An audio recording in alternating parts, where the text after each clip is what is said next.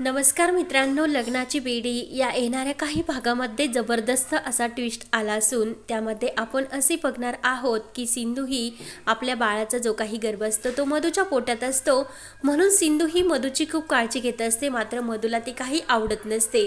वेळोवेळी मधू ही सिंधूचा अपमान करतच असते आणि सिंधूला वाटत असते की डॉक्टरांनी मधुताईंच्या पोटामध्ये जे काही बाळाला जीवाला धोका आहे ते सांगितलेले आहे, मग बाळाच्या जीवाला कोणताही धोका निर्माण होऊ नये म्हणून ती काळजी करत असते आणि ती मधूला जे सांगेल ते ऐकायला लावत असते. मात्र मधू काही ऐकायला तयार नसते आणि मधू त्या कारणावरून सिंधूबरोबर वाद घालतच असते. सिंधू आणि मधूचे हे वाद वाढतच जात असतात आणि सिंधू ही वेळोवेळी 24 तास मधूचीच काळजी करत असते आणि मधू एक दिवस अशीच पायरीवरून पटपट चालत येत असते. सिंधूला मात्र ते काही आवडत नाही, कारण सिंधू म्हणते की मधुताई, तुम्ही जर अशाच चालत राहिलात तर तुमच्या पोटातील बाळाला काहीही होऊ शकते. तुम्ही प्लीज सावकाश चाला, कारण ही प्रेग्नन्सी आहे ती खूप अशी नाजूक आहे आणि तुम्ही खरंच तुमची काळजी घ्या आणि पोटातील बाळाची सुद्धा. तेव्हा मधू काही ऐकत नसते आणि जे करायचे ते ती करतच असते. तेव्हा एक दिवस राजश्रीकडे सिंधू येते आणि सिंधू जे काही मधू वागते ते सर्व राजश्रीला सांगते. राजश्री सुद्धा सिंधूला खूप समजून घेत असते आणि एक आई म्हणून तर लगेच सिंधू म्हणते की आई, आता मी एक आई होणार, त्यामुळे मला माझ्या बाळासाठी मोजे आणि स्वेटर तुम्ही कसे विणायचे ते शिकवता का. तर सिंधू ही खुश होऊन ते सर्व करण्यासाठी तयार असते. तर राजश्री म्हणते की अगं ठीक आहे, तू कपाटातून ती सुई आणि जे काही धागे लागतात ते धाग्यांचा दोरा घे, मी तुला सर्व काही शिकवते. म्हणून सिंधू ते राजश्रीकडून स्वेटर आणि मोजे शिकून घेते आणि आपल्या रूममध्ये धावतच राघवकडे येते. तेव्हा सिंधू ही चक्कर येऊन खाली पडते आणि लगेच राजश्री आणि राघव खूप घाबरतात की सिंधूला अशी अचानक चक्कर का आली असेल. तेव्हा राजश्री म्हणते की सिंधू, तू मधूकडे लक्ष देण्यात मग्न असते, तू स्वतःची अजिबात काळजी करत नाही. तू स्वतःची सुद्धा काळजी घेत जा, स्वतःकडे लक्ष देत जा. तू सुद्धा एक आई होणार आणि तू तुझी काळजी जर घेतली नाही तर बाळाची काळजी कोण घेईन सिंधू. तेव्हा सिंधू म्हणते की आई, मी नक्की माझी काळजी घेईल. तेव्हा राघव म्हणतो की आई, तू काळजी करू नको, सिंधूची काळजी मी घेईल, कारण सिंधू स्वतःकडे लक्ष देत नाही. आता यापुढे तिचे जेवण ते सर्व मी लक्ष देऊन तिला सर्व काही करण्यासाठी सांगेल. त्यानंतर मधू ही राघवला म्हणत असते की राघव, माझी खूप इच्छा झाली, कारण मला आता खालच्या रूममध्ये आल्यानंतर मला खरंच अजिबात माझे मन लागत नाही. त्यामुळे मला असे वाटते की कुठेतरी आईस्क्रीम पार्लरमध्ये जावे आणि आईस्क्रीम खावे. तर सिंधूने चक्क राघवचे ते ऐकल्यानंतर सिंधू चक्क मधूला खूप काही अशा तिच्या आवडत्या आईस्क्रीम घेऊन येते आणि घरीच आईस्क्रीमची पार्टी केलेली असते. त्यानंतर इकडे राजश्री आणि सिंधू ह्या किचनमध्ये येतात. तर सिंधूला पुन्हा चक्कर आल्यासारखे होत असते. तर राजश्री म्हणते की अगं सिंधू, काय झाले, तुला चक्कर काय येते. तर सिंधू म्हणते की मला थोडेसे मळमळल्यासारखे सुद्धा होते. तर राजश्रीच्या लक्षात आलेले असते की सिंधूला सध्या सिंधूची तब्येत अशी बिघडल्यासारखी का होते तेच कळत नाही. पण राजश्रीला वाटते की सिंधू स्वतःची काळजीच करत नाही, काही जेवत सुद्धा नाही, त्यामुळे हे सर्व घडत असेल.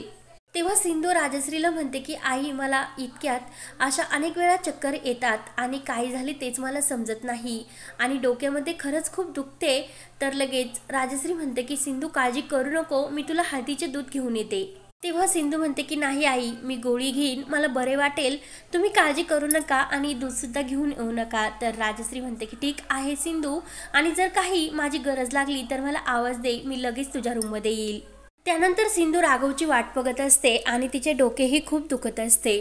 तर राघव सिंधूसाठी तिची आवडती ही चॉकलेट आईस्क्रीम घेऊन आलेला असतो. तेव्हा राघव म्हणतो की सिंधू, मी तुझ्यासाठी तुझी फेवरेट आईस्क्रीम घेऊन आलो. तर सिंधू खूप खुश होते आणि राघवच्या हातातील ती आईस्क्रीम घेते. तर त्या आईस्क्रीमच्या वासाने सिंधूला खूप मळमळल्यासारखे होते आणि सिंधू लगेच धावत बाथरूममध्ये जाते आणि सिंधूला उलटी होत असते. तेव्हा राघव म्हणतो की अचानक असे सिंधूला काय झाले असेल. तेव्हा सिंधू बाहेर येते आणि पुन्हा ती आईस्क्रीम खायला लागते. तेव्हा सिंधूला सुद्धा परत मळमळल्यासारखे होते आणि ती राघवला म्हणते की सॉरी, तुम्ही ती आईस्क्रीम माझ्यापासून लांबच ठेवा, कारण मला आईस्क्रीम खूपच आवडते, पण ती आईस्क्रीमचा वास घेतल्यानंतर मला खूप असे मळमळल्यासारखे होते. तर राघव विचार करतो की आईस्क्रीम तर व्यवस्थित आहे, पण सिंधूला नेमकं काय झाले असेल. त्यानंतर दुसऱ्या दिवशी मधू ही राघवबरोबर आईस्क्रीम खाण्यासाठी गेलेली असते. तेव्हा तिला खूप शिंका येत असतात, म्हणजे तिला सर्दीचा त्रास होत असतो. तर सिंधू म्हणते की मधुताई मी तुमच्यासाठी काढा बनवते. तर लगेच सिंधू ही किचनमध्ये जाते आणि राजश्री तिथेच असते. तर राजश्री म्हणते की सिंधू काढा मी बनवते आणि तू सर्वांसाठी चहा कर. तेव्हा सिंधू चहाजवळ जाते आणि त्या वासाने तिला लगेच मळमळल्यासारखे होते. तेव्हा सिंधू लगेच पळतच बाथरूममध्ये जाते. तेव्हा राजश्री धावतच बाहेर येते आणि सिंधूला खूप उलट्या होतात असे सांगते. तेव्हा राघव म्हणतो की काल रात्री मी सिंधूसाठी आईस्क्रीम आणली तेव्हा सुद्धा तिला असेच झाले होते. तर ऋतुजा म्हणते की काल सुद्धा सिंधूला चक्कर आली होती आणि ती खाली पडली होती. राजश्री सांगते की काल सिंधूला असे थकल्यासारखे सुद्धा वाटते आणि डोक्यात गरगरल्यासारखे होते. तर काकू म्हणतात की हे सर्व लक्षणं हे प्रेग्नन्सीचे आहे. तर लगेच राजश्रीला खूप आनंद होतो आणि राघव म्हणतो की काय काकू काय बोलते. तेव्हा घरातील सर्वांना वाटते की सिंधूला कसे दिवस गेले असतील.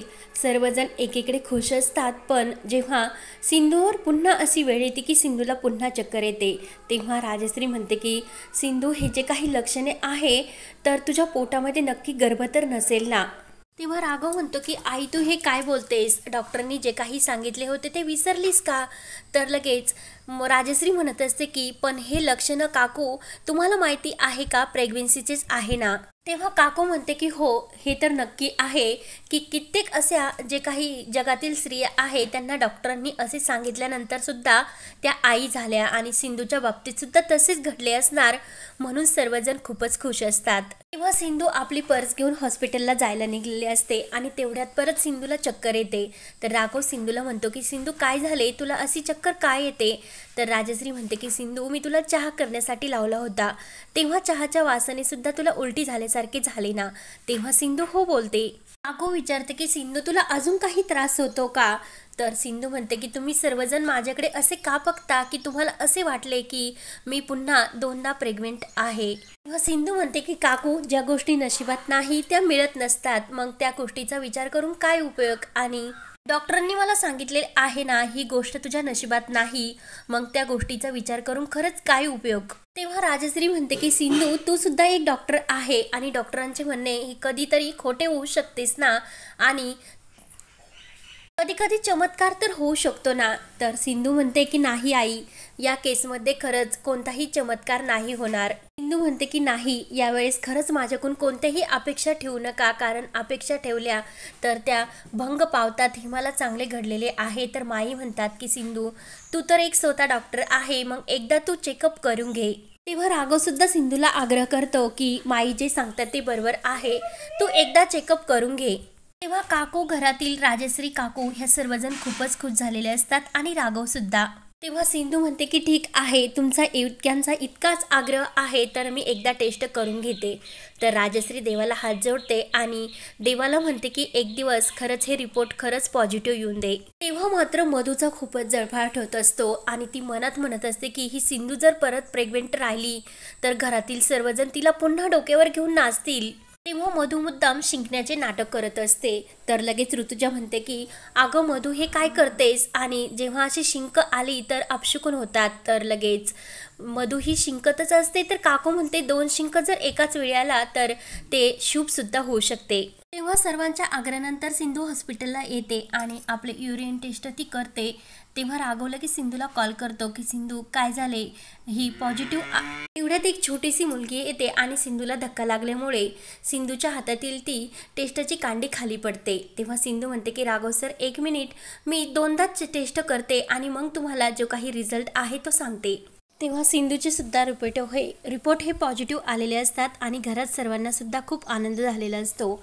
मात्र मधूला खूप जळफळाट. तेव्हा आता मधूबरोबर सिंधू सुद्धा प्रेग्नेंट असते आणि देवचमत्काराने सिंधूचे सुद्धा बाळ 2-2 या जगामध्ये येणार असते. तर राघव सुद्धा खूप खुश असतो.